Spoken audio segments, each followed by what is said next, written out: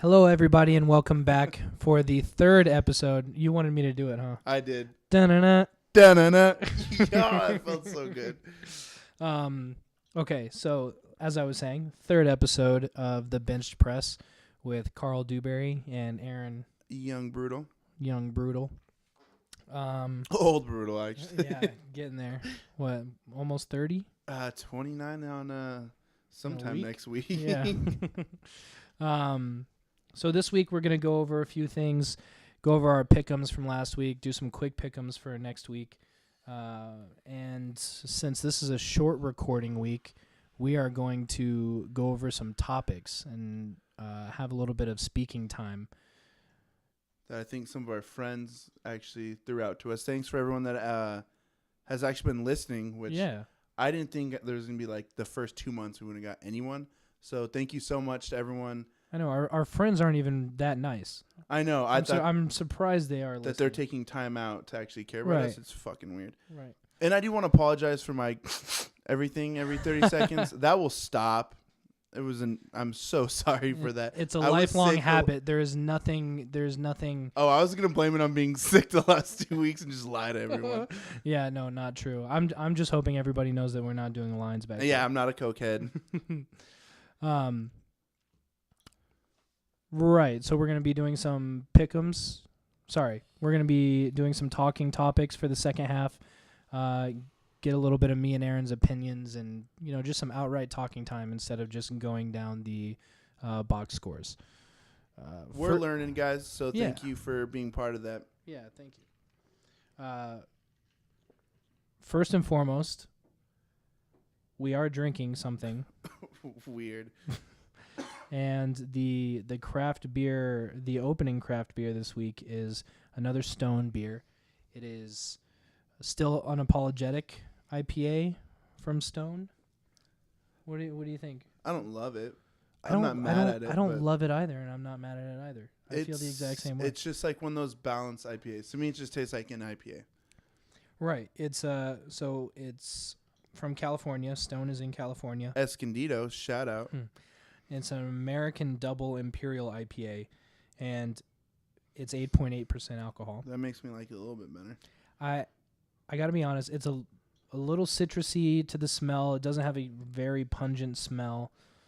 It's sort of a bronze amber, like a lighter version of amber. But it's hoppy. If you like hops. Yeah, but it's almost, I don't even know what to say. It's got some good bitterness to it, but it just doesn't blow you away. No. It leaves something to be desired on the finish, and it tastes like a very, very West Coast beer. A very West Coast IPA beer. I think you nailed it. So, again, that was still unapologetic. I'll give it a B. I'd give it a C+. C+ from the critic over there. Okay, we're going into pick'ems last week. Me and Aaron were going over our pick'ems from last week before the show, and we did all right. We did really well. We were both 10 of 14, I think. And some of our predictions were super head on. Yeah. If you listen to last week's podcast, Aaron nailed OBJ's breakout game. It was pretty cool going back and listening to it. He definitely picked that out. It got me excited. Which ones, man? I mean, biggest surprise for me, most awful game to watch was Pittsburgh versus Miami. Absolutely. There was a couple big turning points in that game. Mm-hmm. Like Big Ben going out, obviously, a little bit. Like you thought after they went up 8 points, you're like, this game's over, man. And I was shout out to my boy Taylor Tassif, huge Steelers fan. He was distraught that entire game. Talk about being distraught. I had a $100 side bet with Keith's stepbrother, Matt, for our Shit, fuck, shit. for our I'm sorry. Dude. for our side bet for our fantasy league matchup, and I just had to go with Pittsburgh against Miami for my D instead of Philadelphia versus Washington just because of the matchup. I mean, I had to play that. And Philly didn't do good, but they had a defensive touchdown and a special teams touchdown, and that was a 15-point swing for me. I couldn't recover from that. Steelers' whole season relied on their offense, so. Right. Their defense is, which is so weird to see the Steelers, who are just like the best offense. I mean, they're the best offense in the NFL when Ben's healthy. Right. When they have all their players, they're the best offense in the NFL. Well, I think they have some of the most talented players, but I wouldn't put anybody past New England, really, just because of the way they master what they're doing. Well, they have Bill Belichick. Right.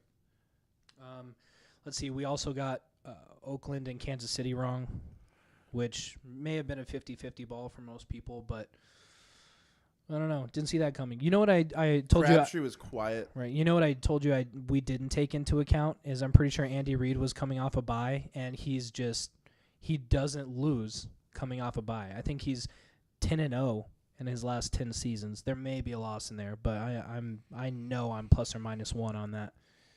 So, yeah, he's one of those guys you give him enough time to prepare for someone, he's gonna make you pay. Right. So 10-14, not too bad. There was some surprises. I'm not mad at that though. That's me neither. Good. I mean, if you went 10-14 in your weekly pick'ems in a work pool, you might be winning some money. Yeah, you'd be pulling some money in. We're gonna do the same thing again this week. We're gonna go quicker. We're not gonna jibba jabba. Yeah, we're not gonna jibba jabba about every single game, but we're gonna go down real quick because me and Aaron like competing a little bit. Never. So this is a way for us to compete within the show. I was playing kickball last night, and I forgot how competitive I was, sir. Yelling at girls, catch that ball now. Freaking out. Little kids everywhere, and it was horrible.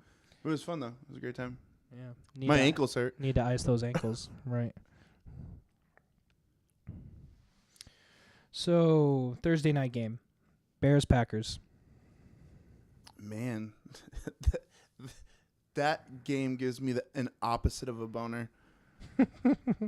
It gives me a straight innie. A straight motherfucking innie. That's a real thing. You know that, right? Like, dudes are born with innies.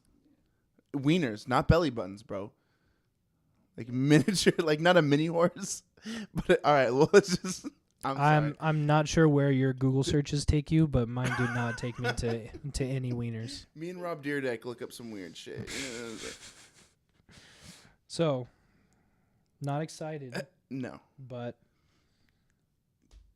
Rodgers, you got to go with Green Bay, right? The way the Packers are playing, I mean, the Bears are getting unlucky. They're still playing better with Hoyer out there. This Meredith kid is something else, especially since White hasn't been putting up the numbers. Eddie Royal's got more fantasy points than Alshon Jeffrey. They're just all over the place right now. I'm also going to pick the Pack. And I'm thinking I'm going to have to say something similar to what I did with OBJ last week. That Rodgers is going to, by himself, win some games, even though he hasn't looked good at all. He's going to have those games where he's just going to win games on his own. And he has a good team, man. It's weird. It's really weird to watch. Jordy's looked just confused. Like, he just has... I don't know what's going on. Aaron Rodgers, too. He's just not decisive. The number one thing he needs to do to be able to get the Packers back on is they need to be able to run the ball a little bit, change their play calling a little bit maybe, and he needs to be more decisive. Stop going to that second and third and maybe back to the first and just pull the trigger on 2. I think part of that is the fact that he just doesn't have that same trust right now in those dudes. You know, Jordy's not really Jordy.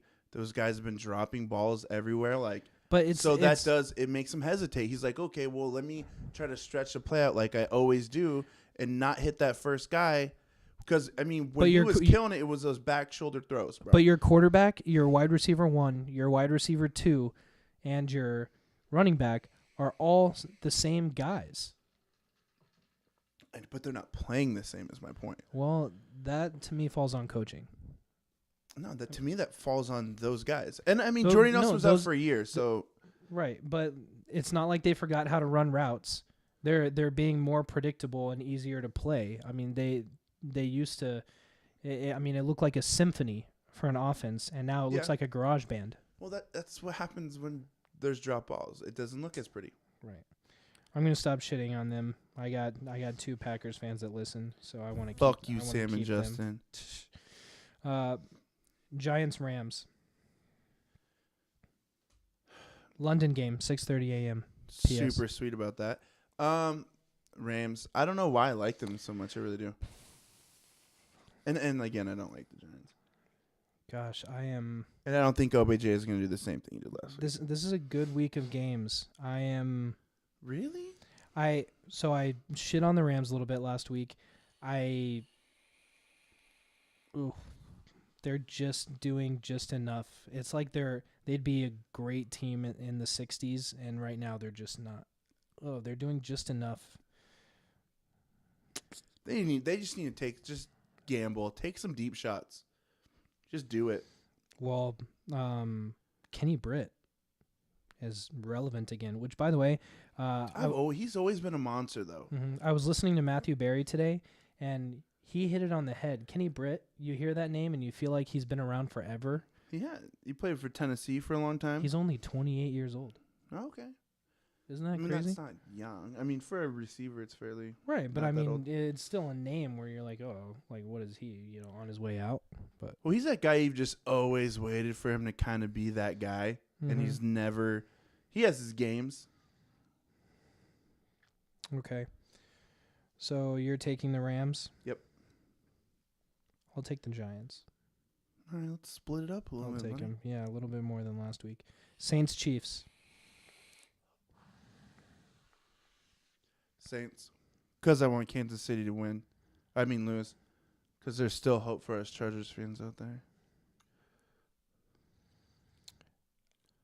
I am having a rough time this week. I am looking at these games, and I just don't Getting a little stressed? Yeah, a little bit. I mean, if you look at the betting Are you lines, getting an innie right now? I think they're playing in Arrowhead, so I'm going to go with the Chiefs too.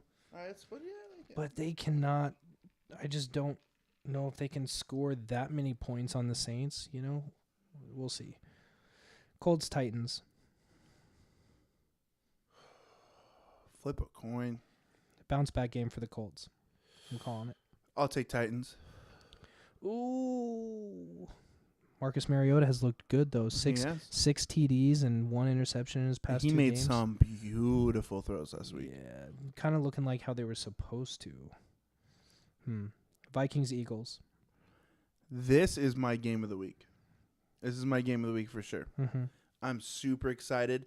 This game for me kind of tells us I think we all pretty much know the Vikings are almost pretty much for real. Vikings are for real. But did we jump but then also if Eagles beat them, did we to me it decides whether we jumped on that Eagles Wentz bandwagon too quick.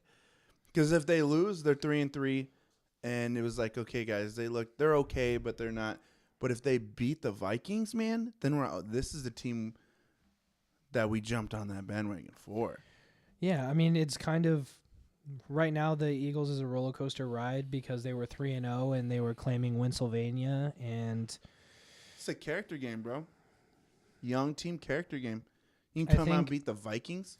I think they really just don't have enough playmakers in the end. I think they're a decent team, but you kind of hit on it last week. They're doing it with a bunch of put together pieces, right? And they don't have the wide receiver that they need. Number one, yeah.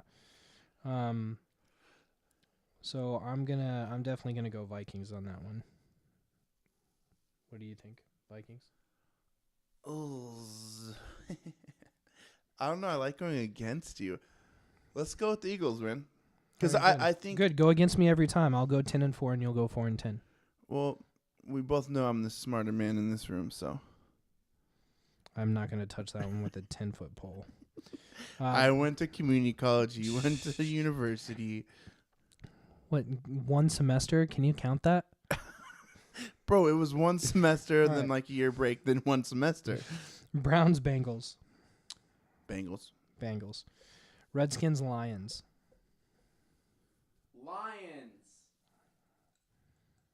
No.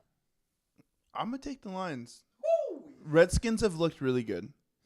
I don't even know how they've been doing. Redskins have won 4 in a row. Yeah.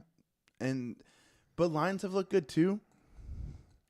I just don't know how long Kirk can keep it up. I don't think that dude's for real. And I know Matthew Stafford's for real. So I think they're just good enough on both sides of the ball to be able to accomplish it. I'm gonna go Redskins. I think that's a great way to sum them up. Raiders, Jags. Raiders.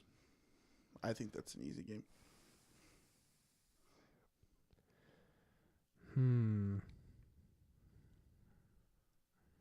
I think I'm gonna take my AFC West bias here. You picked the Saints because you want the Chiefs to lose. I think I'm gonna take the Jags because I want the Raiders to lose. Jaguars aren't gonna lose them all. They're not. But I think Raiders are legit. Yeah, I mean only 10 points last week. Okay, that's one game. Yeah. And you guys lost last week, so. Who's you guys? What does that have to do with anything? I'm saying it's one game. Yeah. Bills, Dolphins. Bills. Bills are looking good.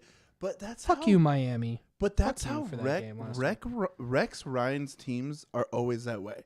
They'll look really good against like good opponents, and then they're just like week to week. To me, his teams are never consistent. Well, they've got 4 wins in a row too. What's the next one? Ravens, Jets.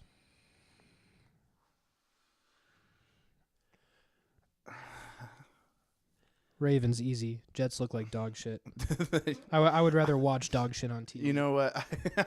I can't even. I want to go against you on this one, but I'm gonna have to side with you on this one. Dude, I'm pretty sure Fitzpatrick is 10 interceptions. Fucking start Geno. No touchdowns.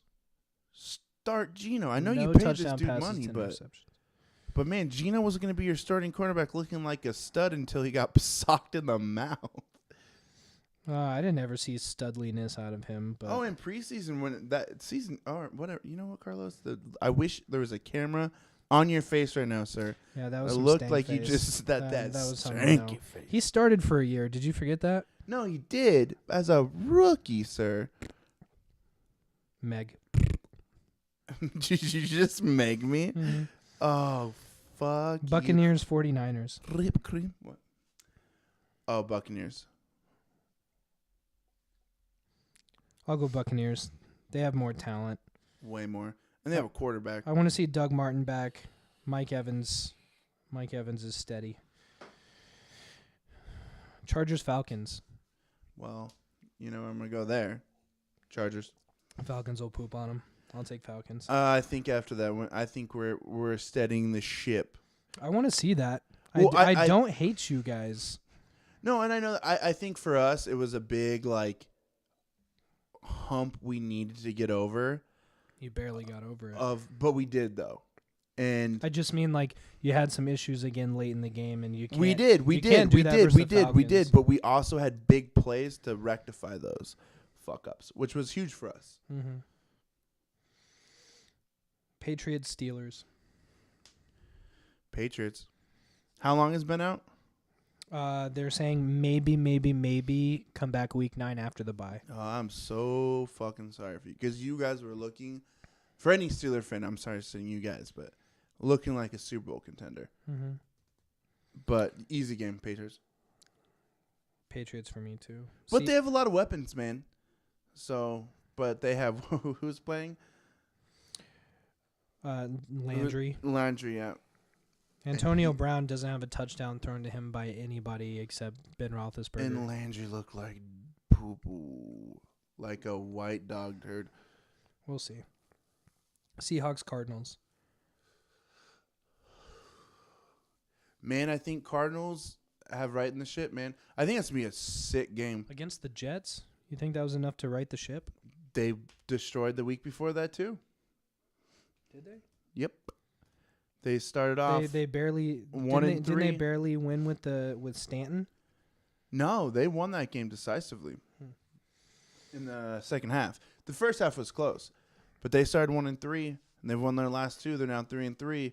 I think that's going to be that team in like week 10, 11 when we be like, yo, that should you start, but they're too talented. They just need to get together. Seahawks are always the Seahawks. They can beat anyone at any time. I think it's going to be a great game. I'm going to have to take the Cards, though. I'm glad you picked the Cards. I'm going Seahawks. Beautiful. Seahawks look like they've got it together. And then Monday night game. My game this week. Broncos versus Texans. Great game for so many different reasons. Brock Osweiler coming back to Denver. I'm pretty sure linebacker Brandon Marshall said that they want to kill him today. I love that. He then backed it up by saying, in competition, they wish the best for him and everything like that. So they're not pulling a Saints like here's an extra $100K if you break his leg. No, but I am sure everybody wants to beat him. Everybody wants to show him he made the wrong decision. At the end of the day, he took the money. I am liking the way things are going because we spent that money on extending Emmanuel Sanders and getting Von Miller paid, and Who is your boy out though? Right? Yeah, Sanders. Who? He's not out there. Demarius and him are both seemingly dealing with hip issues that, they're on, they're off, whatever. But I'm gonna take us. I'm gonna have to go with you guys too. Brock Osweiler's look like shit, which makes me happy. Until the fourth quarter last week, yeah. Came alive, but they're a talented team.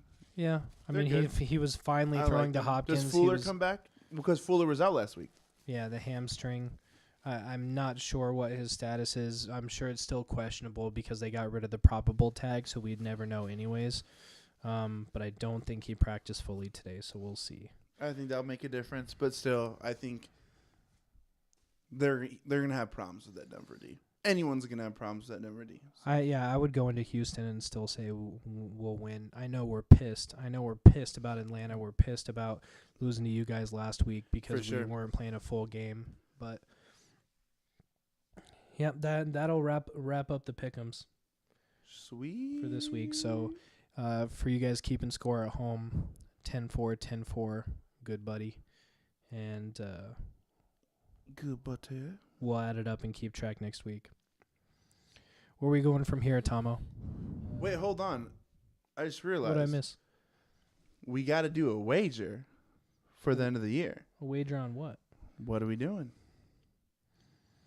The people need something to look forward to, sir. They don't care what our picks are unless one of us has to do something really stupid.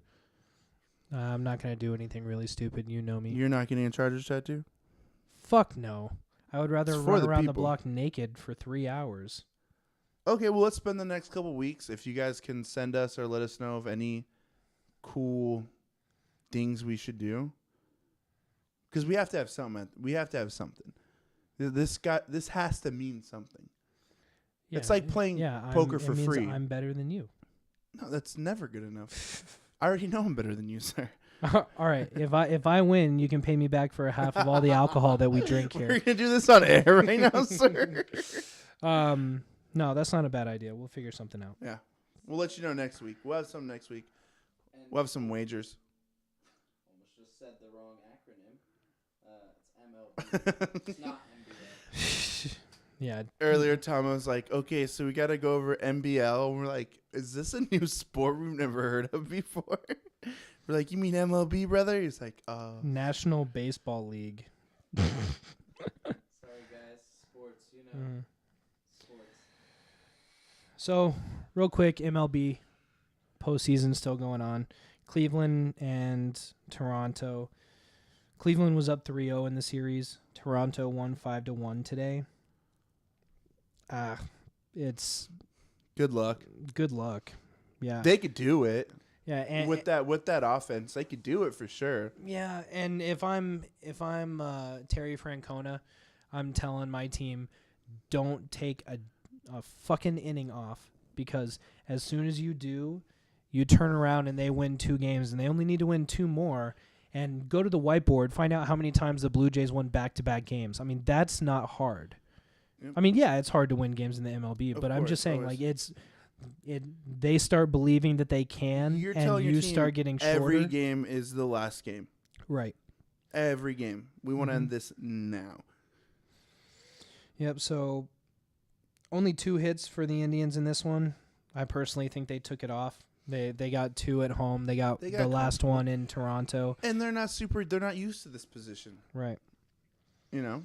So I'm pretty sure in baseball it's 2-3-2. So I think they're playing the third one in Toronto. And then they go back. Right. Yeah. Yeah, only 2 hits for Cleveland. Anibal Sanchez pitched a good game. He's on and off, yeah. In the postseason. Yeah, the more exciting series has definitely been the Cubs and the Dodgers. Listening to Wilbon talk about this game today was hilarious because he's a well-known Cubs fan, and you just, as a Cubs fan, you can't help but feel so much anxiety. Bad. Anxiety because you've got 100 years of when are we going to blow it right now. It's rough, and there's so much pressure on them. And the thing that, stop forgetting how young these kids are. Like, they're so young. So, yes, of course, you want to win it this year. But let's pump the fucking brakes. They've got that mix that everybody's looking for. They've got everything. They've got the young talent, but they've also got Zobrist and Fowler and Hayward. Lester. Yeah, so they've got everything you need. They're the best team in baseball. Oh, hands down. But in the playoffs, they're still young. 100 wins just doesn't matter. Ask the Marlins. I'm sorry, the Mariners. Oh, and we're not writing off the Cubs, but I mean, and let's get into the fact that they got stomped out tonight. They lost 6-0 in Los Angeles, and Los Angeles has a series lead 2-1. Jake Arrieta gave up 3 home runs. 3 home runs, maybe more. I know we started getting into our production meeting when it was 4-0, and it was 3 home runs that scored all the runs, 2 solos and a 2-run homer. But the Cubs have a lot of ways to beat you. If they can't hit, they lose half of them. But if Jake Arrieta's not Arrieta, who... Dude, they have 0 runs. So even if Arrieta let one go... You're right. You know? Which to me just comes in the fact of they just got shook. Well, I would love to go over these stats with you because the whole lineup looks awful. Chris Bryant doing well, very well, hitting .233. Fowler, .230 at the top. Sorry, Dexter Fowler's leading off .230. And Madden shook up the lineup a little bit and changed things around. Chris Bryant, .333. Ben Zobrist, 100. Rizzo had a hit today to bring his average up to .091. Baez, who's been the hero for the Cubs throughout the postseason, .273. Soler, 0. Addison Russell, 0. That's not right. Addison Russell had a hit. He had a hit in the first series. I don't know why I'm saying that. He's literally got 1 hit. He's like 1 for 25, 1 for 27. So you need to call your boy, and you need to ask him what the hell is up. Well, he's young, but good luck doing it to that lineup all series, though. So I mean, they definitely. This is all playoffs. This is all playoffs. They're not going to stay dormant forever. They need to take the next one in Los Angeles, and then, I mean, if we are correct, which I'm not positive, and it's 2-3-2 in these 7-game series, then they could go back to Wrigley down 2-3, which is still, of course, not where you want to be. Nope. You know, and since our last podcast where we broke the news about Kershaw getting the 2-out save to advance to play the Cubs, they lost the first game in Wrigley, and Clayton pitched a gem in Wrigley, 7 innings, 2-hit ball. He was perfect through 4 2/3. It was awesome to watch. It really was, because I'm going to call an offensive explosion by the Cubs next game. I don't know who's pitching for the Dodgers, but it's not. I don't think it matters. So the same output versus Kershaw or anybody? Yeah, I really do. That's silly. I think they're young, but they're gonna be angry about it, man. I think either of these teams deserve it. The Cubs are the best team in baseball, but they've got longevity and time left, and I know that they've been waiting forever, so it's almost not fair to even say that. But the Dodgers, and they're not going to be the same team next year. Right. The Dodgers have been shooting for this goal and spending the money to get to here for years. Adrian Gonzalez, I mean, remember when he came over from who's just been killing it forever. He is awesome to watch, but it's just the money spent, the money gone, the Puig situation. Like, they just try, and you run into the Giants on even years, and then it's a tough thing. And it's eventually they're gonna have to blow that team up. Which if they lose this year, they might not completely blow it up if they lose it this year, but they're gonna lose some guys. Well, with Jock Peterson and Corey Seager, they found some young talent, which is different. For right, the Dodgers, and I think it was a good thing that they had to go to the reserves so much this year. I mean, especially in the starting pitching. Oh, you know what? You know who is pitching for them next game? It's Urias. They're a 20-year-old top-notch prospect. So he could either throw a gem or you could be completely have fun in the right. playoffs against the fucking Cubs. Yeah. So there's that. I think that I really don't know who to call in this Cubs-Dodgers series. Going in, you'd say Cubs, and now when you see the Dodgers play, they have veteran grit. Watching Adrian Gonzalez go up to bat and just he's beating you with talent as much as he is his head. It's cool to watch all around. All right, get Justin Turner tonight. Yeah. Coming up with a homer, So what's next? Is that it for the first half, I believe? That's it for the first half already? Real quick side note, Jonathan Quick out 2 to 3 months, you said? Yep. For the Kings fans, we were 0-3 right now. Mm-hmm. Got stomped by the Wild tonight. What was he diagnosed with? What was the injury? Honestly, I don't remember off the top of my head. Okay. Well, that's it. We're going to come back in the second half with some topics. Like Aaron said earlier, we got some topics to talk about from our friends, people who have been listening so far, things that they want to hear us talk about, and some points that me and Aaron can just jaw about for a while where, our opinions and the conversation really develops. So thanks for listening so far. We'll be back in a minute. Thank y'all. Oh, welcome back. Is that a song? It's a song. I can't remember. You don't know anything besides the 2 words? I think it's a T.I. song. I know that. Welcome back. Well, I guess that's enough for everybody to get the point. I think we got it. Round 2. Ding ding. Beer number 2. Ooh, it's a good one, boys and girls. Rogue's Dead Guy out of Portland, Oregon. 6.5%, you said? 6.5%.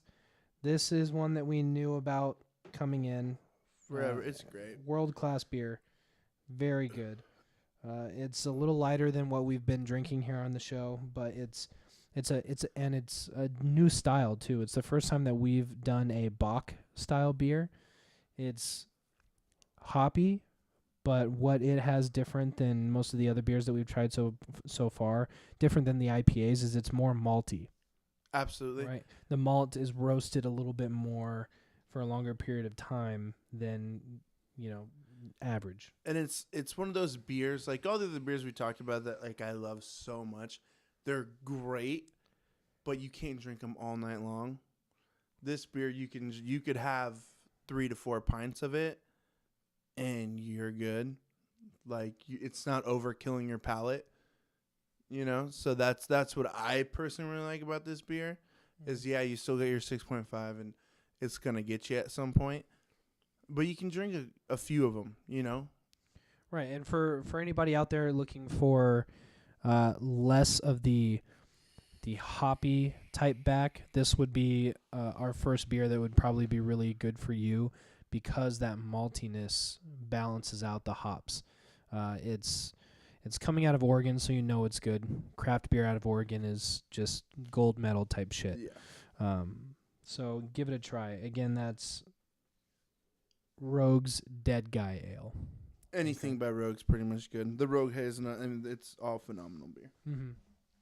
So thus begins the second half, where we're going to go into more talking points. I think get a little saucy. Right. The first one is going to be kind of a secret. I wouldn't. It's a surprise to me, boys and I girls. wouldn't tell Aaron coming into this because I have a family friend, and I'm not going to mention the name because I'm not. We don't give away our sources. Right. Not that anybody up top is going to hear this by any means, but it's good practice for now.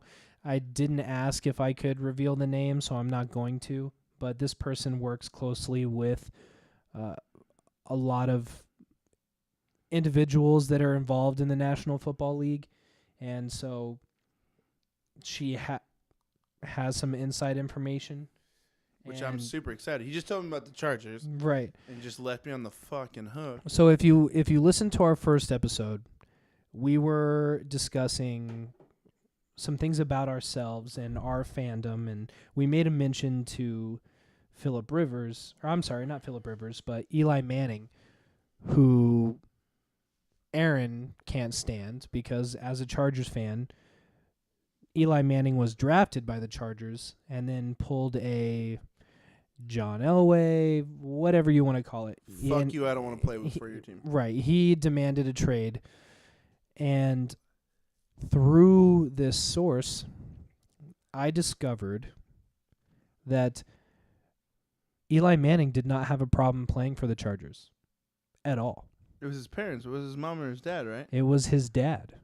Oh, my God. See, I don't even got insider shit, and I knew that, you son of a gun. Well, it's your team. You should. Right. But Sure. Archie did not like the line that you guys had and did not think they could protect Eli and really didn't want his son to start off a career like that.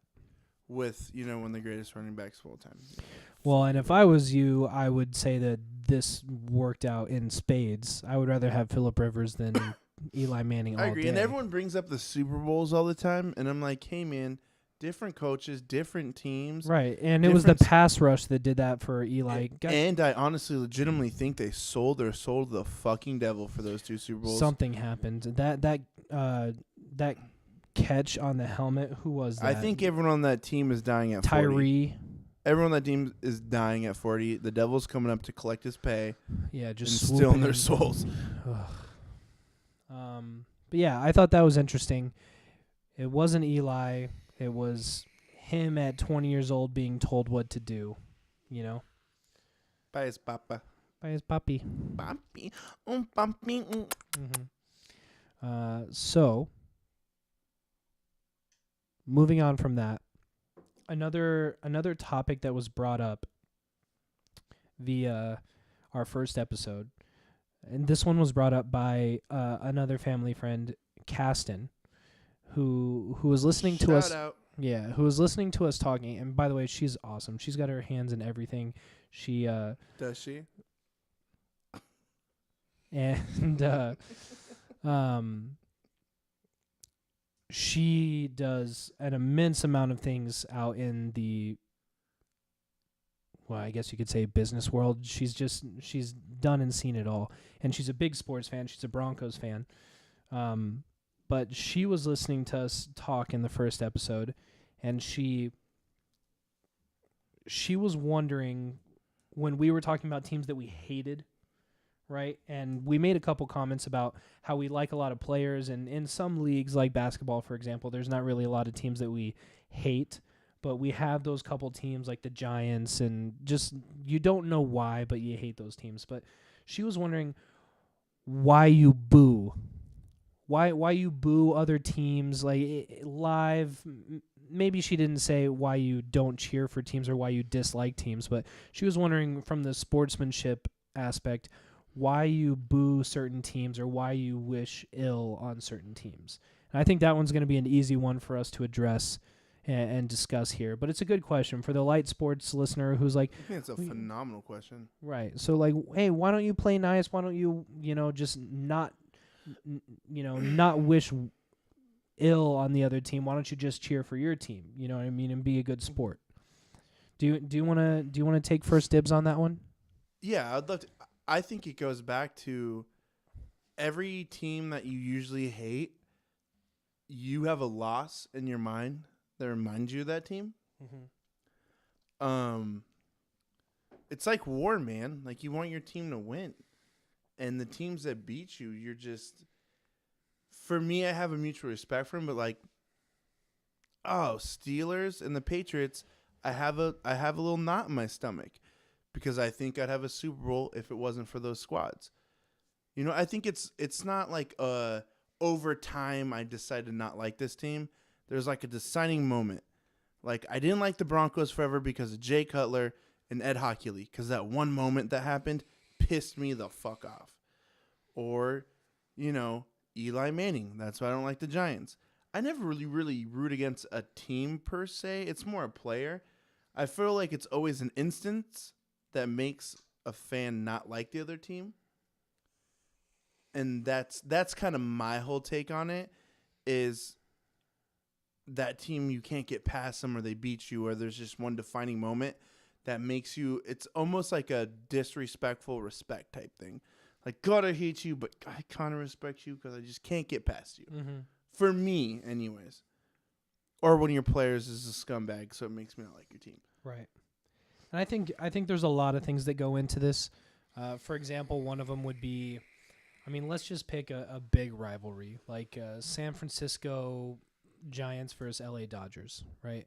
You play each other so many times that there are, like you said, if you're a fan of either squad, there are a ton of memories out there where you can remember somebody doing something wrong against you that you just don't let go. For me, I can't stand the Cubs, and I hate the Cubs. And it's not that I hate the guys and the players that they have now. I can kind of like them, but I'll just never truly cheer for the organization. And that moment goes back for me to just to give a little insight in what can make somebody feel that way. We were still in the National League Central, and in 2008, the Astros were on a tear in the second half. We had one of the best records in the majors, and Hurricane Ike came through, and a home game against the Cubs was turned into a displaced game or series played in Milwaukee, which is 90 miles away from the Cubs. So a home series for us turned into a home series for the Cubs. And Carlos Zambrano threw a no-hitter. And Carlos Zambrano was a dick. And we were never the same. I'm pretty sure we got swept in that series and we fell off. And it's that moment where I get angry because of a player and because of a situation or stipulations. And they became my favorite team to hate as a rival in the division.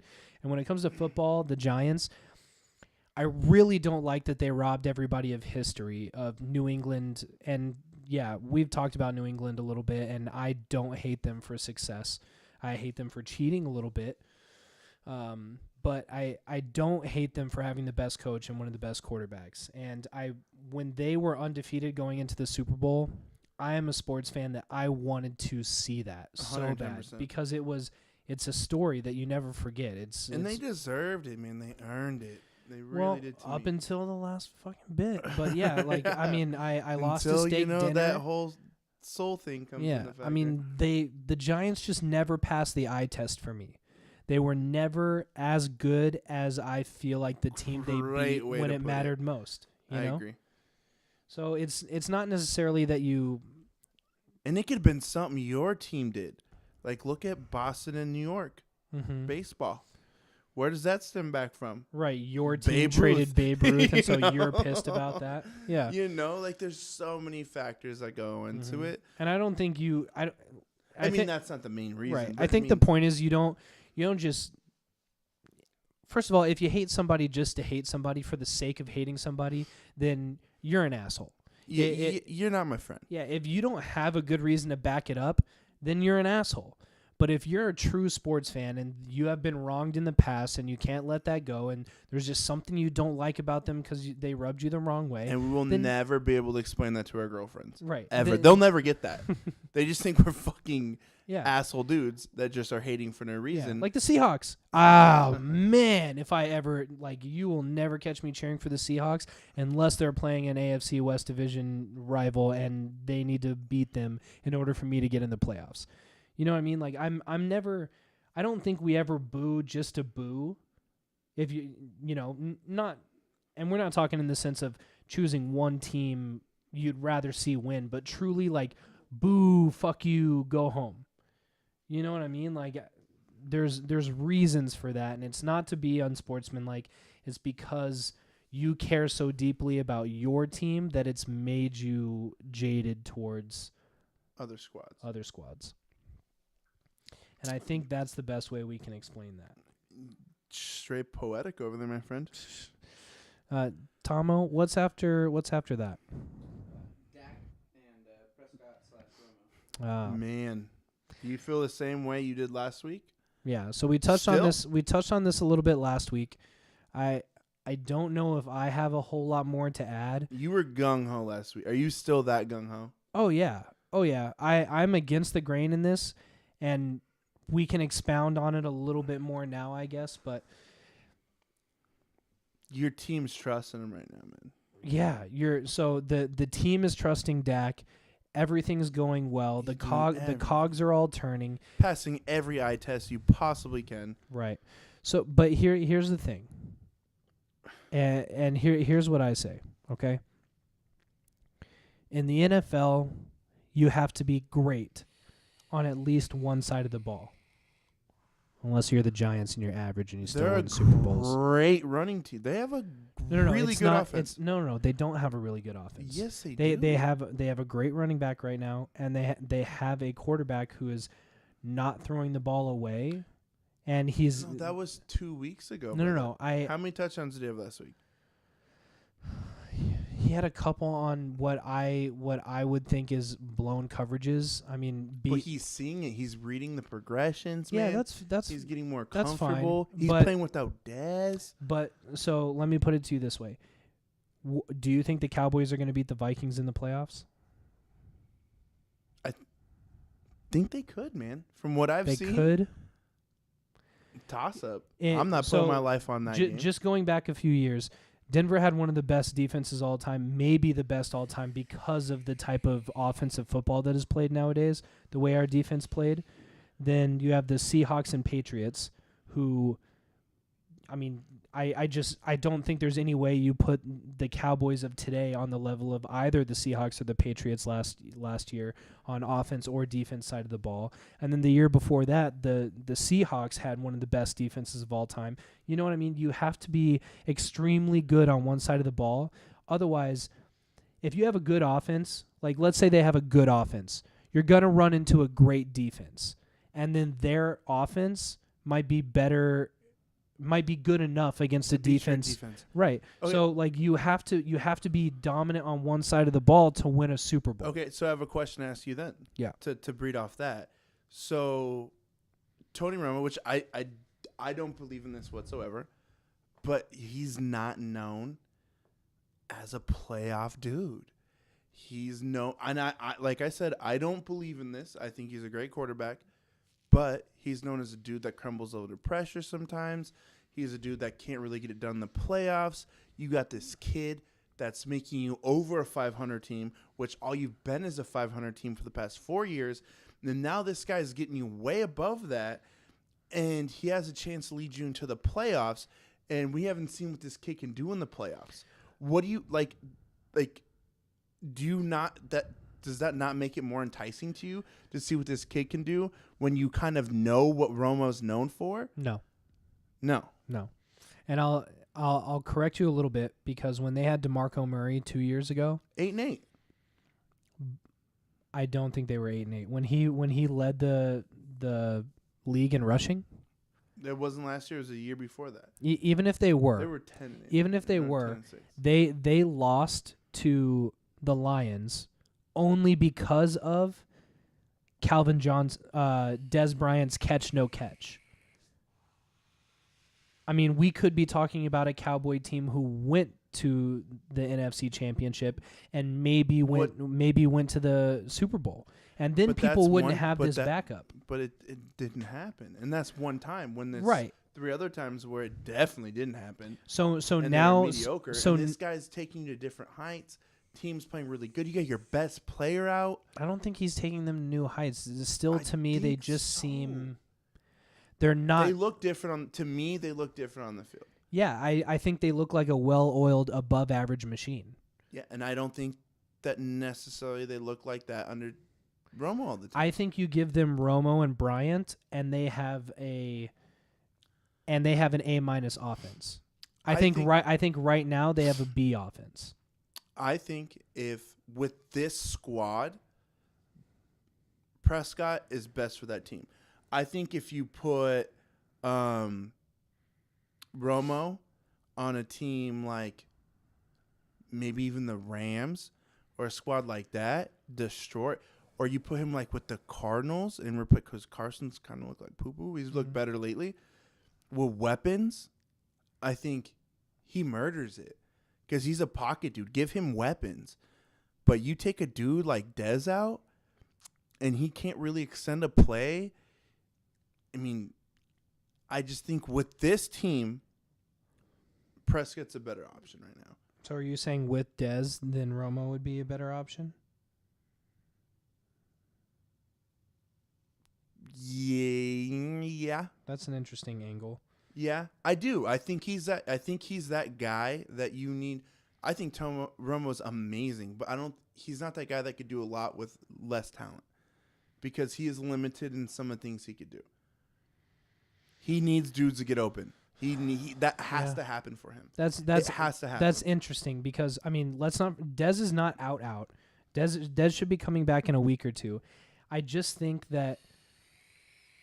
I mean, we're talking about talent base alone. This is a discussion so far about you thinking Dak is better with the offense right now, and I think Tony Romo will be better with the offense. I mean, we don't know what Tony Romo would have done.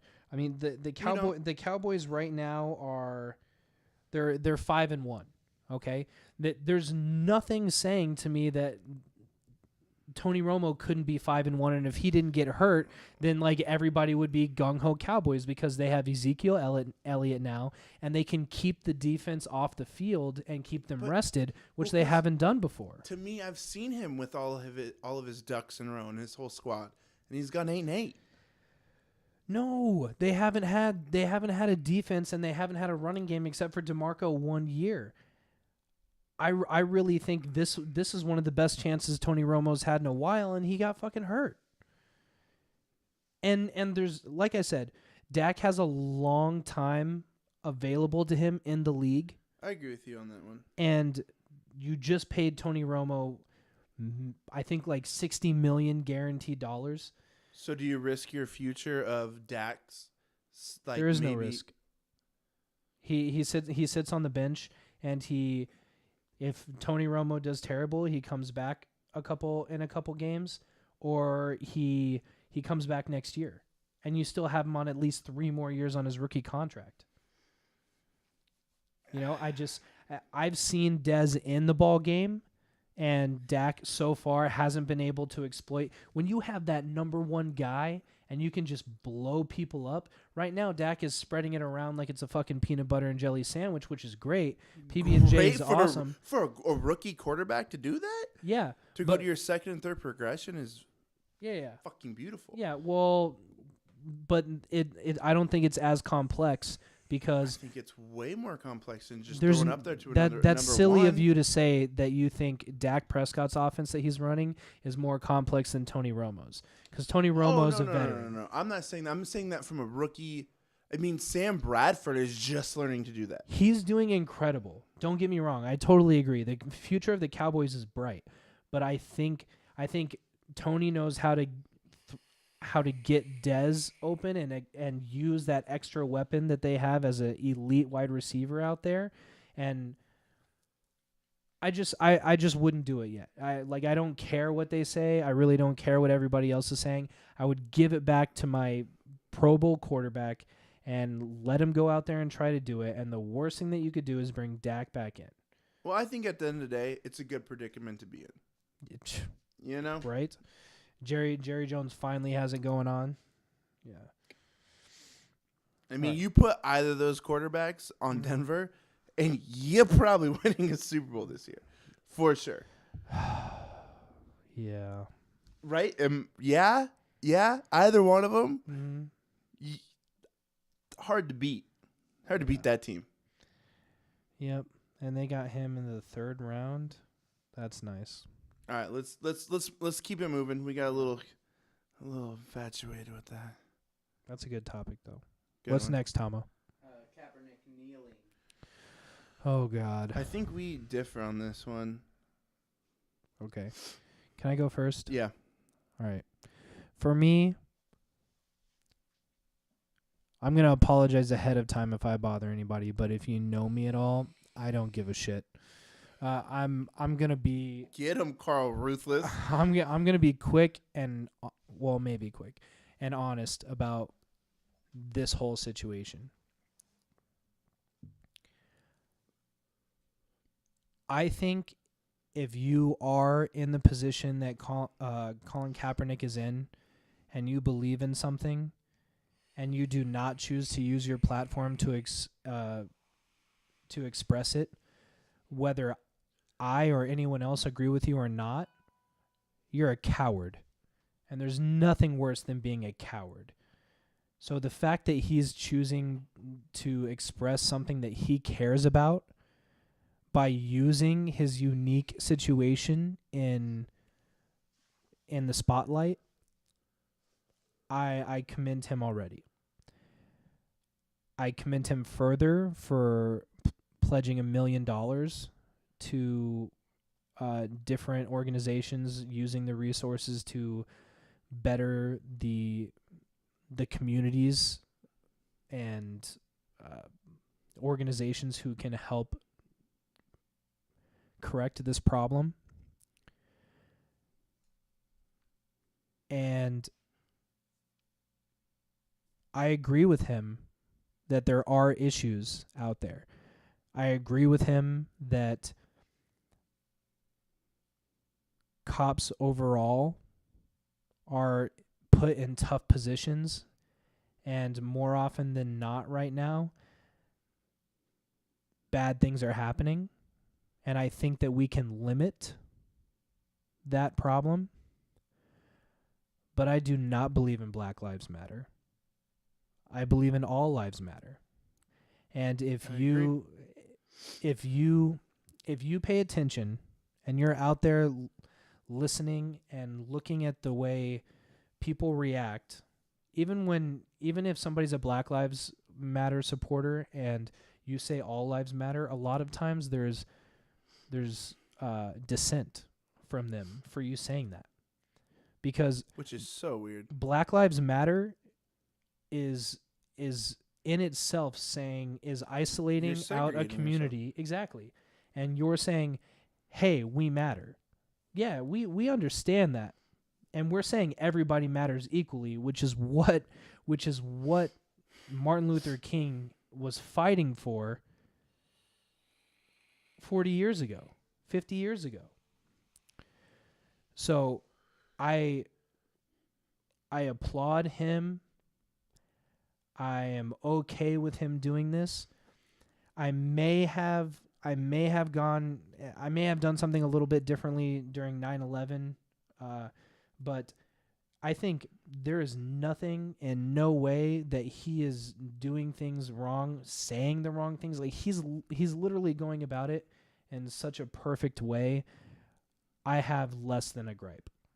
But like I've said, I don't believe in such a specific nailing down cause of it, because at the end of the day, there's still more black on black crime and more black people killed by black people than white people killing black people or cops killing black people. And there are plenty of white people killed by cops or Mexicans killed by cops or Latinos in general I that agree. aren't being reported because that's not hot news right now. Yep. So I can't. Everybody, be careful what you're looking at in the media, and be careful what's hyped, because it's not. It's not just a problem for A race. a certain race. And I think that's where we're approaching it super wrong, is the fact that it's not a racial problem. It is a problem with our police department. We need to do a better job of these people.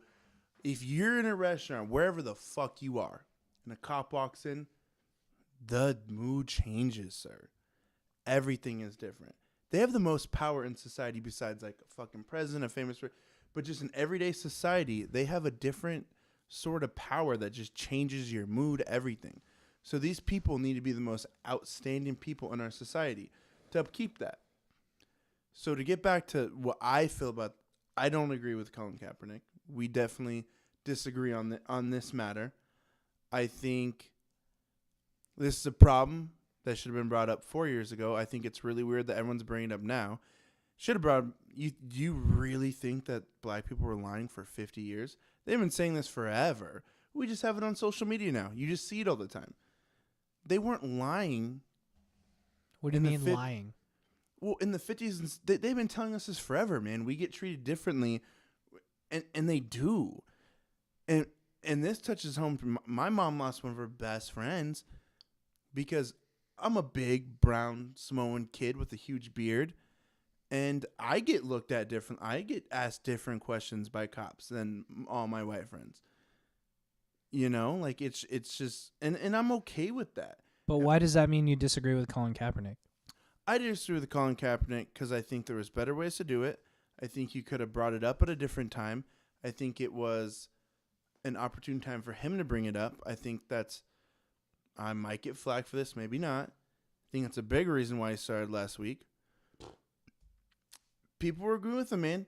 There was shouts for him to start because of what he had done. There were shout-outs for him to start because Blaine and Gabbert is sucking. What did Colin do? Colin Kaepernick has a large contract, which he restructured. I respect that from him. But like why? If anybody is saying or rooting for Colin Kaepernick to start because he's kneeling for the national anthem, then they either shouldn't be working in football or they don't deserve to watch football. I don't know, like because they don't fucking. When you see someone like Usain Bolt stop in the middle of an interview when the national anthem for America is going on and say, "Hey guys, hold on for a second," give him the hand, and put his heart over his chest, that's something special to me. Usain Bolt's from Jamaica. He doesn't Jamaica, right? Yes.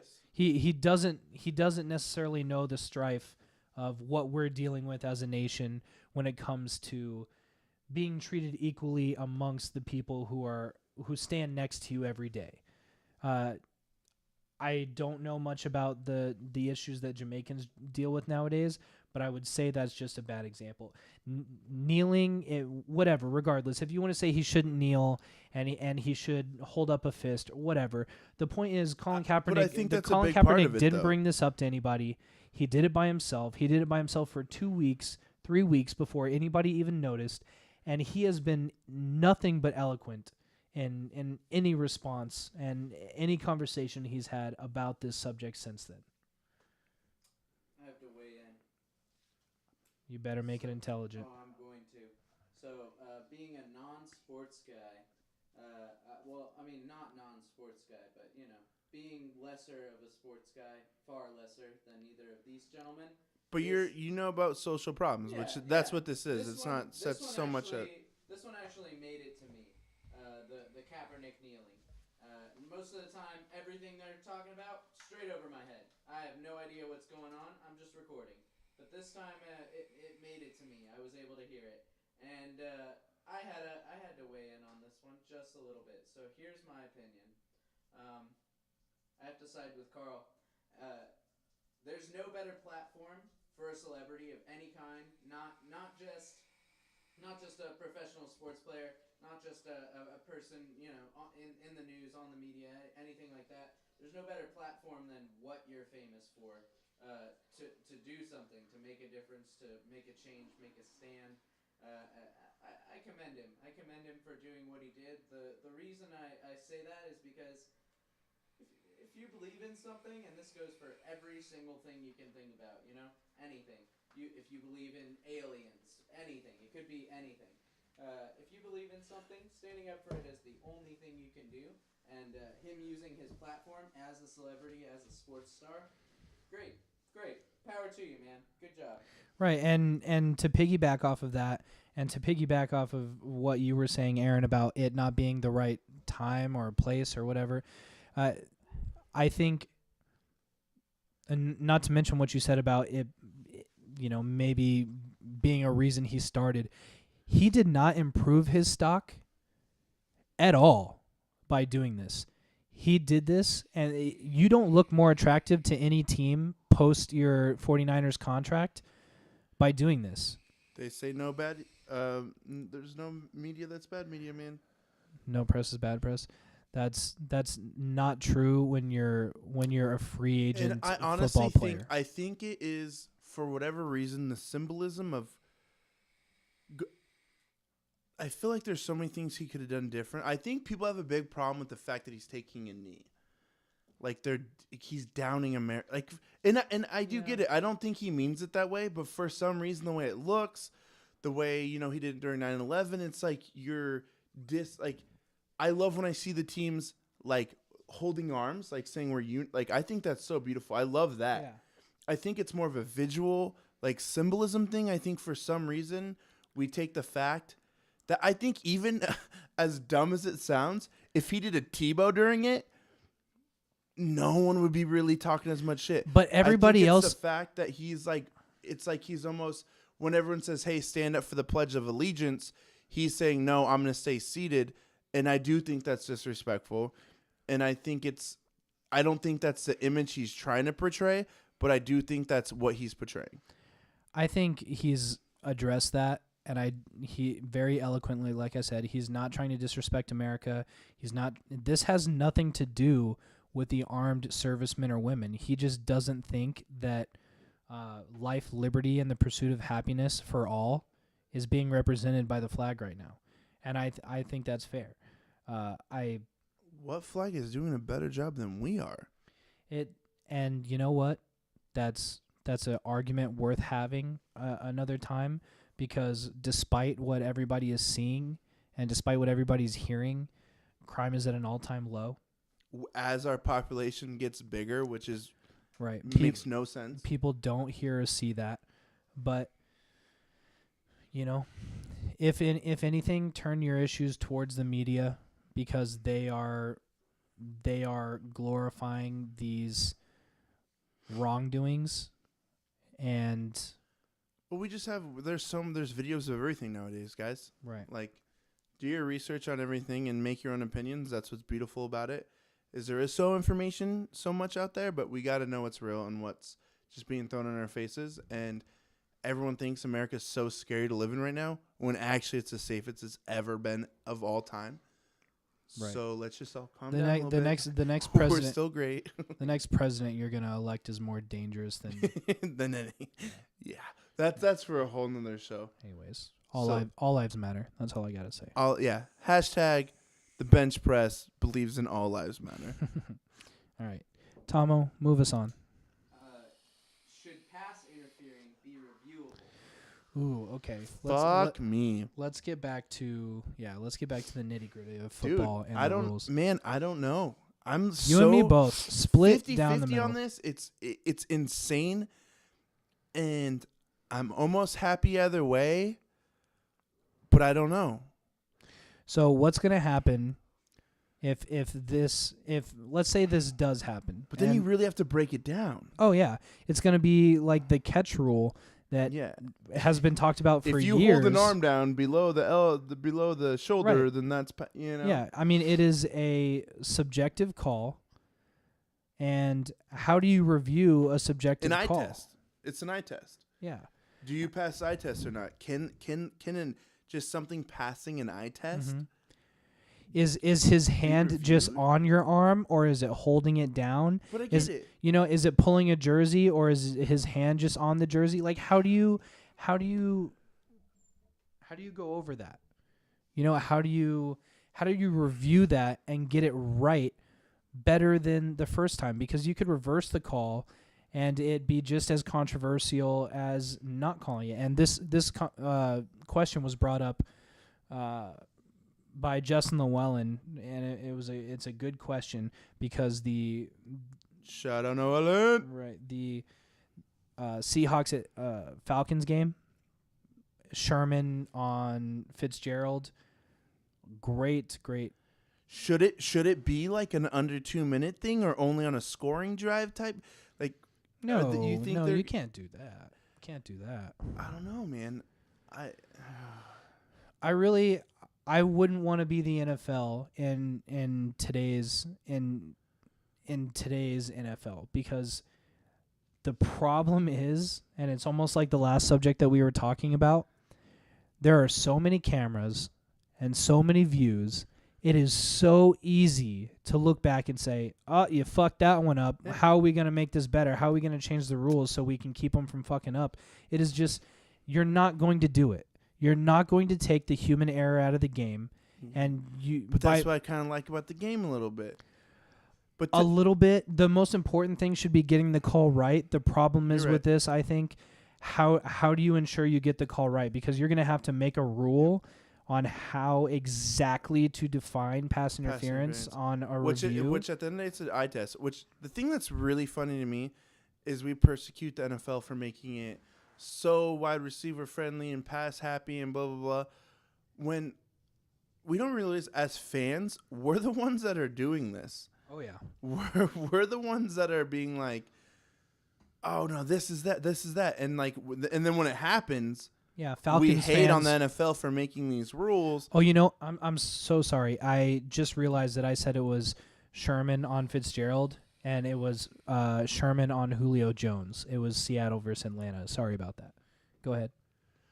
But yeah, no, it to me it's just super funny when we just super hate on the NFL for pussifying it or doing this or that, and like as fans, that's kind of like we're kind of pushing, man. Like sports do a good job of like kind of listening to what we want and going that way, and they're only trying to appeal to us. They want it. They know we love to watch offense. Right. They know we love to watch these things, so they're making it better for us. So everyone stop bitching.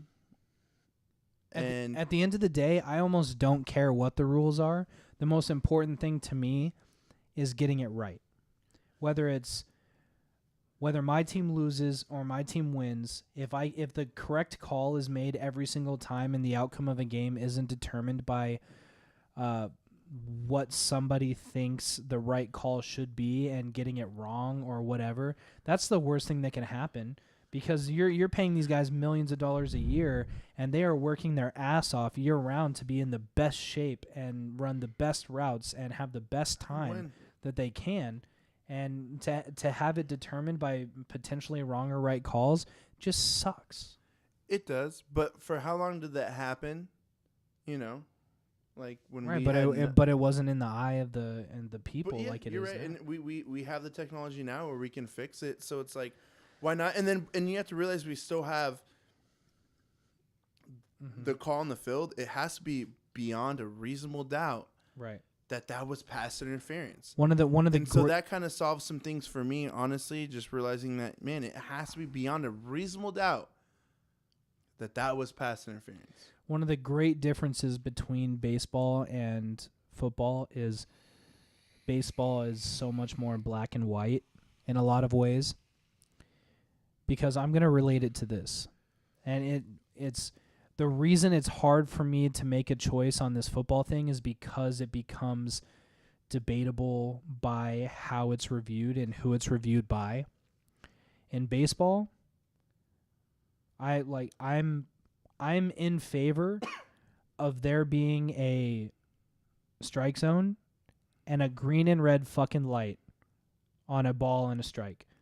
Because 50-50 on that, dude, too. The thing is, one of the worst things that the media could have done for fans and for baseball is put a K zone up on the screen permanently. So now every fan knows every single time the ump fucks up. And I cannot allow, like I said, people at the top of their game working endlessly to be the best at it.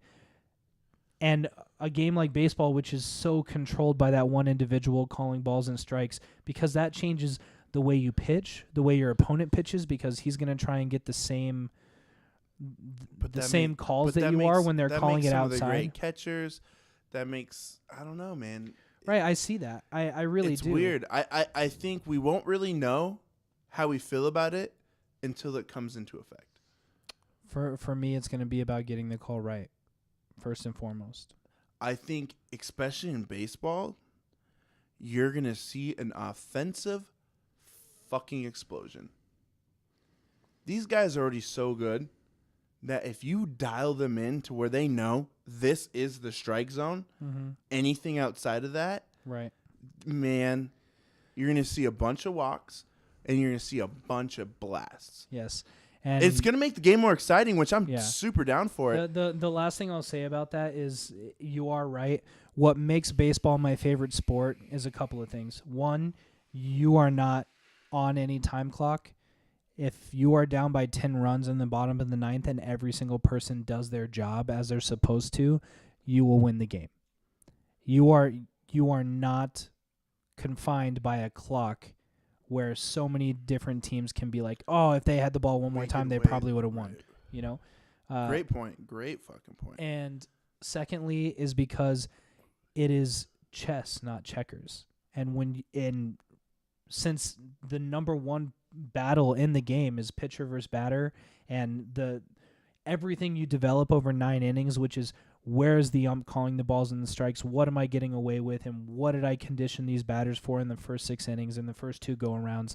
If you take that away, you're right. It almost turns a chess game into checkers. And those of us that love it the most, even though I say I really want to get the call right, you make a good point.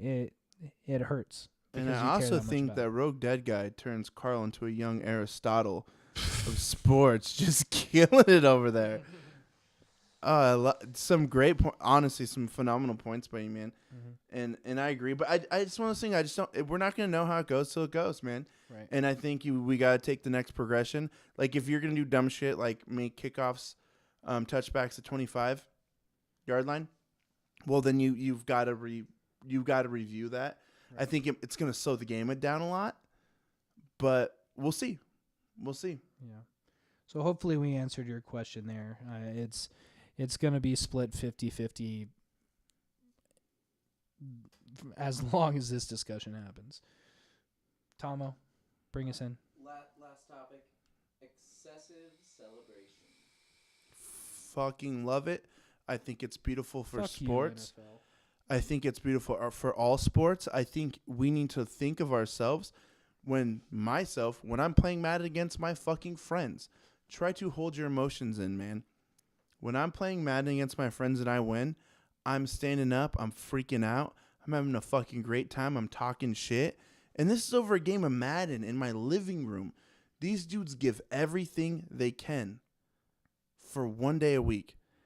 And you are going to tell me that they can't get excited and celebrate? I think it's bullshit. I think it's fun to watch. I think it's great entertainment. Let's not forget that sports aren't just sports. It's also entertainment. And I fucking love it. And I think there should be more of it. I think baseball needs to embrace it more.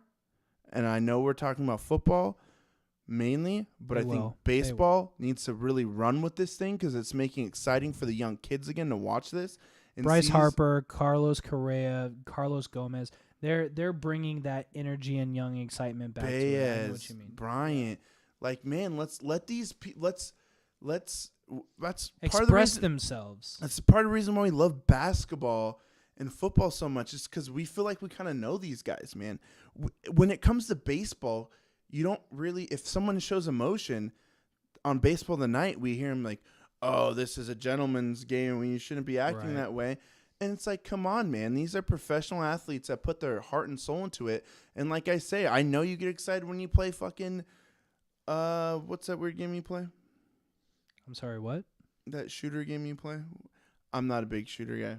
Destiny. Destiny. Call of Duty, Destiny. Destiny. Yeah. You get excited when you win, when you do things, Mm-hmm. when you accomplish something in life. You get excited about it. You should be able to celebrate. Sticky grenade to the face. Sticky grenade to the face bone. You get excited about it, man, and I think you should be able to celebrate.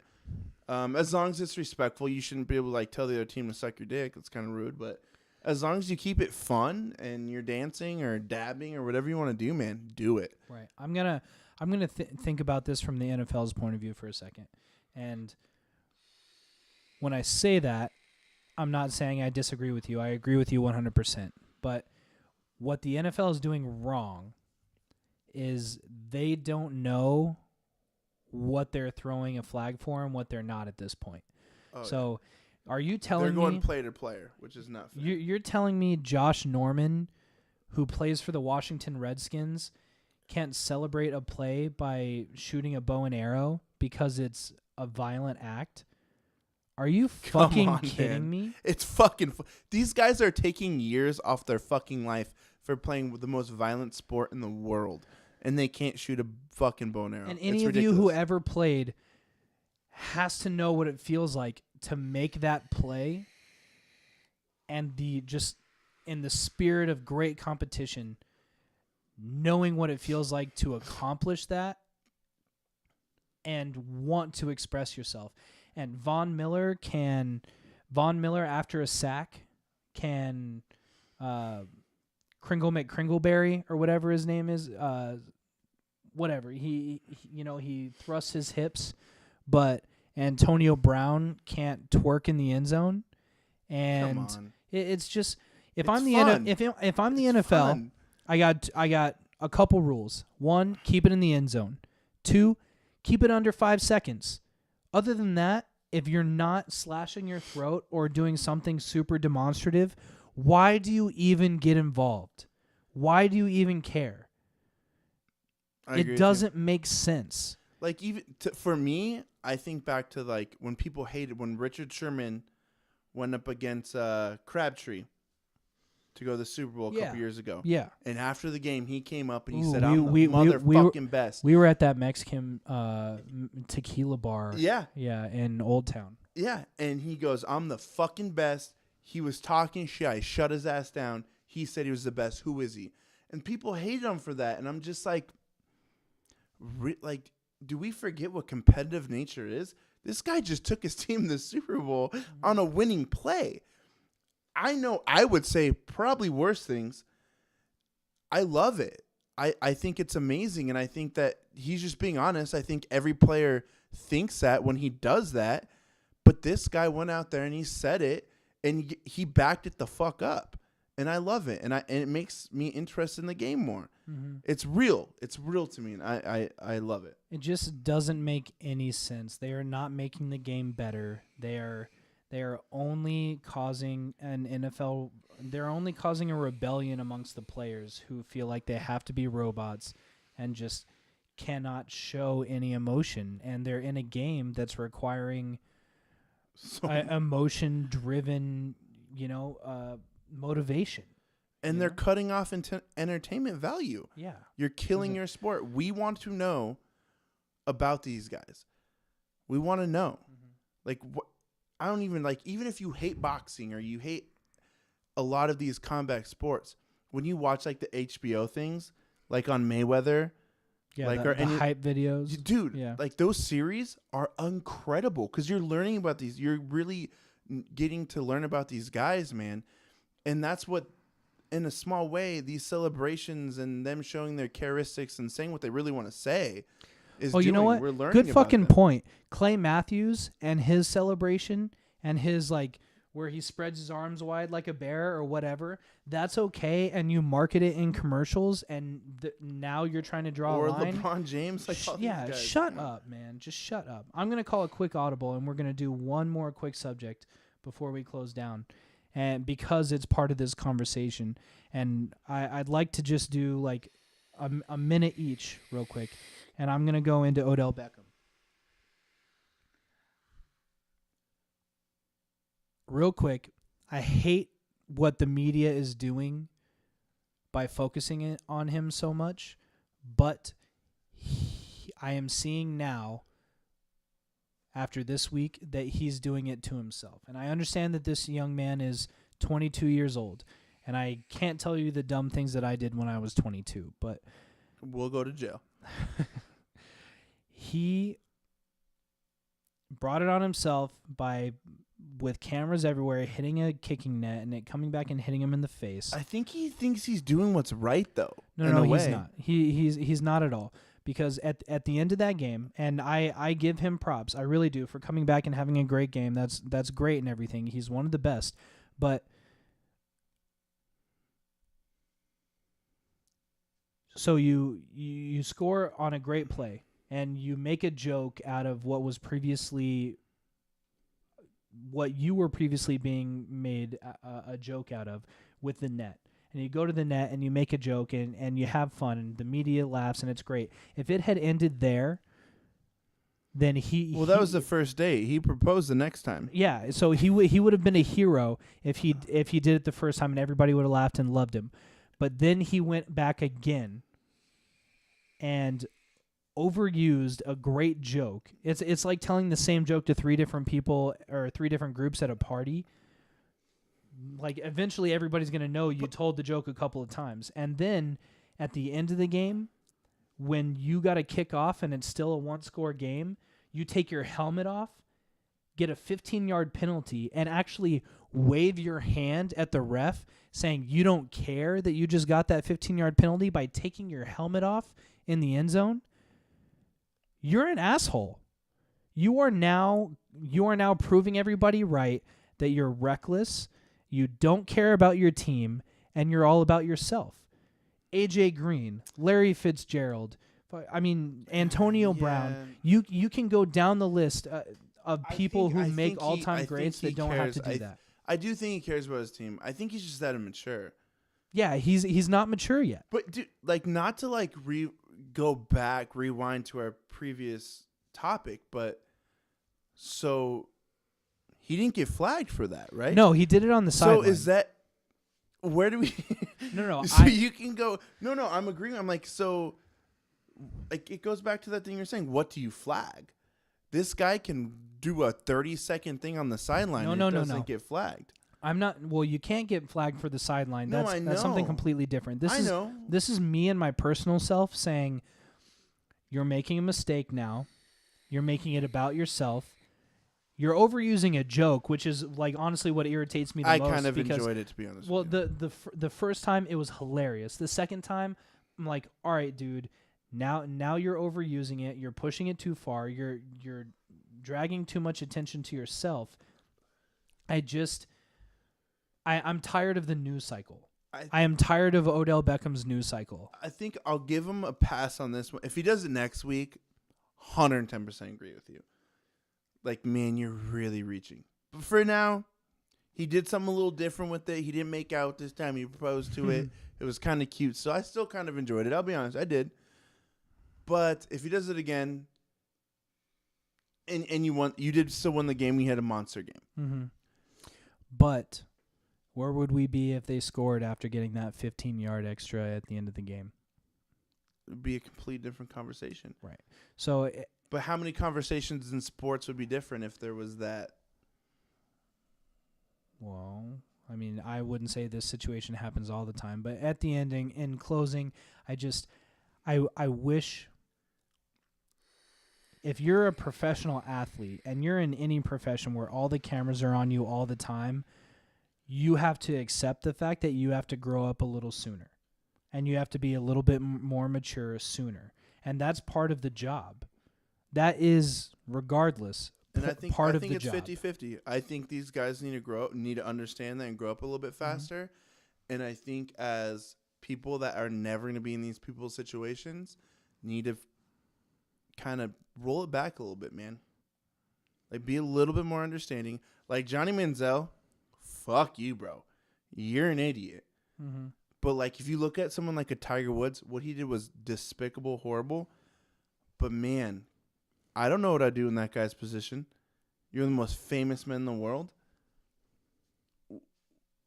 it's 50-50 thing for me. You really need to say, what would I do in this situation? How would I handle it? But also hold them responsible to a certain extent. I mean, I personally feel like I could say I know how I would handle it, and I would make the joke once, I would make it twice, and I wouldn't take my helmet off at the end of the game and say I don't care about the penalty. That's fucking stupid. Yeah, sportsmanship-wise, I totally agree with you. Well, just like your team, if you're part of his team and you're seeing that happen, then like how would you feel? You'd be like, and you're bro, best you're player. you're a fucking idiot. Why are you doing that to us? Why are you acting like you don't care? Like you know what I mean? That's you might as well when there's 5 seconds left and you know a team's gonna Hail Mary, you might as well just push the receiver down in the end zone and say, well, I don't care. I think the thing, and I think the point that you're making is that you want your best player to only be, this guy's going to win us the game. You never want to think that your best player could lose you the game. I'm saying take it being a fucking idiot. I'm saying take it down a notch. And that's I'm okay with you being some you, games. but like don't fucking go overboard. Well, it's and just at the end of selfish. the day, let's not lose his games. You're our best player. Right. Your job is to win his games, not to lose his games. If you make Eli speak out about you in public, then you're doing something wrong. Yeah, you make him speak outside of his little written ceremony. Yeah, I agree. All right, Tomo's yawning, and he's giving us the wrap up. So that's going to be it for us tonight. Hopefully you Boys like and the girls, topics. thank you. Yeah, we really like doing the topics where we get to talk and expound a little bit. That's what I mean when I say hopefully that we're offering different perspectives on the same things that you hear nonstop in the media, but maybe ESPN, who's owned by Disney, We the people's voice. Yeah, I can't give you that. Please remember to email us at thebenchedpress@gmail.com with any subjects or matters that you want to hear. Or any ways for us to get better, man. Yeah. Because we're growing together. Yeah, Aaron was definitely trying to blow his nose off to the side today, and I think do he did that a lot as better. much I didn't do as much coke this time, which I'm stoked about. Oh God. Yeah. So, I know I say quite a bit. I don't like dead air, so I'm dealing with that a little bit. He's an ummer. I'm an ummer. He'll give you an ummer. But I don't give ummers. Good one. Anyways, thanks for listening, guys. Appreciate it. Episode 3 in the books. We're going to be moving all of our old episodes after they are a week old to YouTube so that you can listen to them because we don't have any executive accounts yet. The more listeners we get, the more executive our accounts get. Please spread the word. Appreciate it. Love y'all. Peace. Peace out.